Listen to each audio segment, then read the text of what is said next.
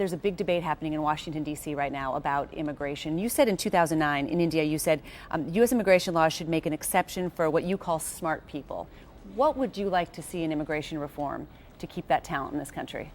Well, the United States has benefited from the fact that capable people, whether you call that smart or whatever word you use, have wanted to come to the United States. So whether it's South America, Asia, Europe, we have been a magnet for talent. And that's partly why, with a higher defense budget, medical budget, why we can continue to be such an exemplar. It's partly why our universities are so strong.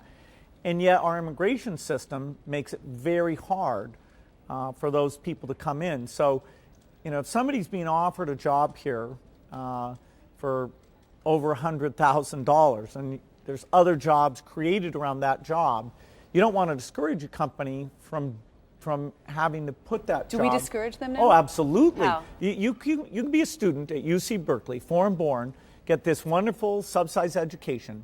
Microsoft offers you a job for over $100,000 a year, and we have to say if the country will keep you. And most of those students are told they can't stay. Get out of the United States.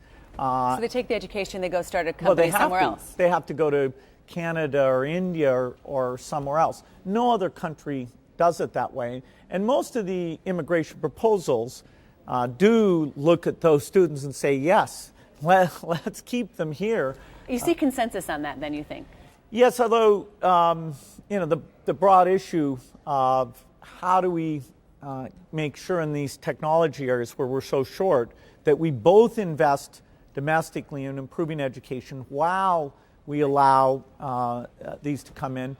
It'll be interesting how this shapes up. But we have to yes, import talent and grow talent. Yeah, it's more promising now than it has been. Microsoft even made a proposal, which may or may not be adopted, that the fee for these visas be increased and that go back into science and math education. So it's great to see this problem the U.S. has is getting onto the front burner.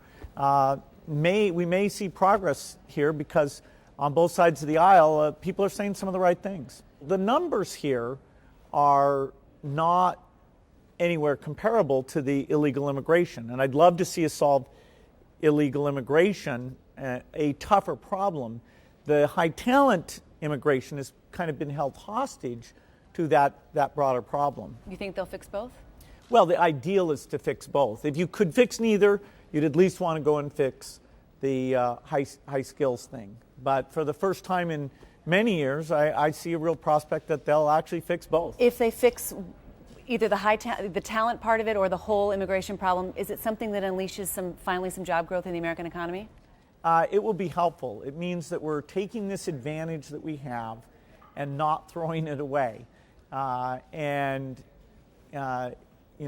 country needs to improve the education system because we'll be constantly hitting a bottleneck that the number of jobs for high school dropouts or people who only have high school education, that's going down. And so more than this economic cycle, unemployment will be determined by educational achievement.